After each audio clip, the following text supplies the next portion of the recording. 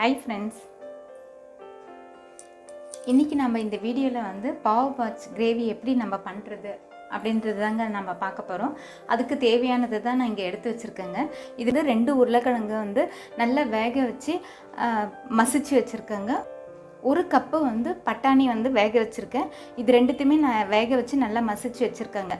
அதுக்கு தேவையான வெங்காயம் வந்து 3 வச்சிருக்கேன். 3 தக்காளி கட் பண்ணியிருக்கேங்க. கொஞ்சம் பட்டர், இஞ்சி பூண்டு பேஸ்ட், சால்ட்டுங்க.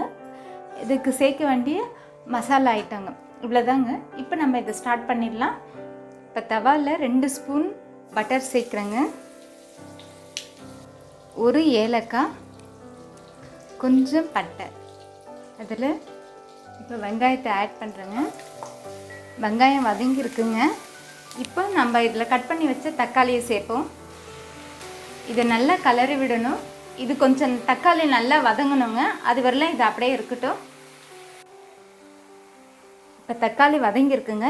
இதில் வந்து இஞ்சி பூண்டு பேஸ்ட்டு நான் சேர்க்குறேன். இது 1 ஸ்பூன் இருக்குங்க. அந்த அளவுக்கு நான் சேர்த்துருக்கேன். இந்த கிரேவிக்கு தேவையான அளவு உப்பு சேர்க்குறேன். இதை நல்லா கலந்து விடணுங்க.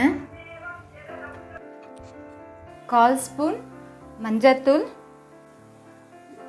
1/2 ஸ்பூன் காஷ்மீர் மிளகாய் பொடி, தனியாத்தூள் 1 spoon, ஜீரகப்பொடி 1 spoon, garam masala 1/2 spoon.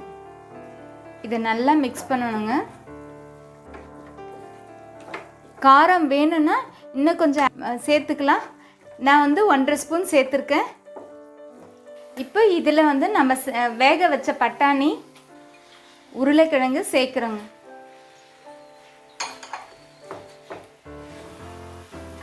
இதை நல்லா கலந்து விடணும்.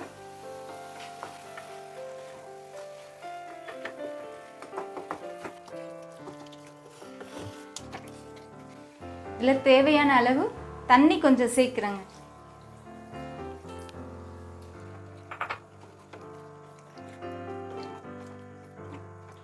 இது நல்லா கலந்தாச்சுங்க. இது கொஞ்ச நேரம் நல்லா கொதிக்கட்டும். இதை மூடி வைப்போம். இப்போ ஒரு 15 நிமிஷம் ஆயிடுச்சுங்க. இப்போ நம்ம எடுத்து பார்க்கலாம். பாருங்க, இந்த கெட்டி பதத்துக்கு வந்துருச்சு. நமக்கு தண்ணியாக இன்னும் கொஞ்சம் கெட்டியாக வேணும்னா இன்னும் ஒரு 5 நிமிஷம் வைக்கலாங்க. பாவ் பாஜி பண்ணை தொட்டு சாப்பிடும்போது கொஞ்சம் கெட்டியாக இருந்தால் தான் நல்லாயிருக்கும். அதனால் இந்த பதம் போதும்னு நான் நினைக்கிறேன். இப்போ நம்ம இதில் கட் பண்ணி வச்ச கொத்தமல்லியை சேர்த்துருவோம்.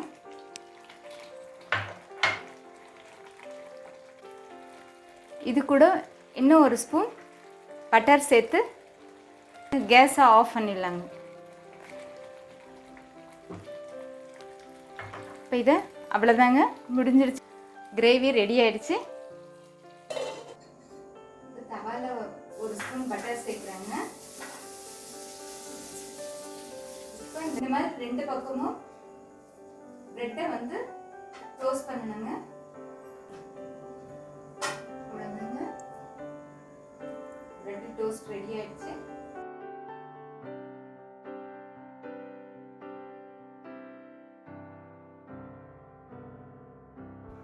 சூப்பரான ஈவினிங் டிஃபனாக குழந்தைங்களுக்கு செஞ்சு கொடுக்க இந்த பாவ் பாஜ் டிஷ்ஷை நீங்களும் ட்ரை பண்ணி பாருங்கள்.